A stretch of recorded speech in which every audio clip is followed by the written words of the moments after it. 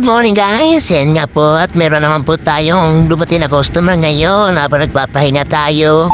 Mag-change oil muna tayo guys, okay? Wow! Try muna po natin ng ganyang oil.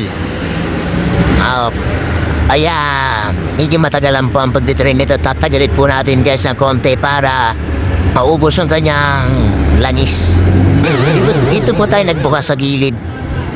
Sa side po para madali. Kasi mahirap po pag sa ilalim. Masyado marumi. Okay.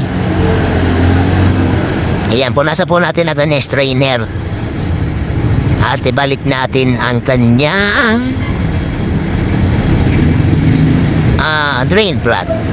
Linisin muna po natin ang kanyang at papalitan na rin po natin siya ng gear oil guys. Ayan ating araw-araw na ginagawa ay gawa ng motor.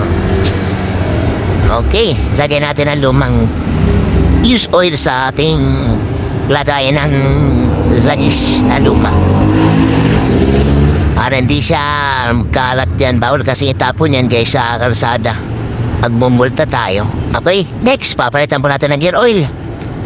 Ayan, buksan natin na ganyang drain ng gear oil. Papalitan po natin siya. Okay. At lagyan muna natin po ng bagong langis. Okay. Ayan po guys.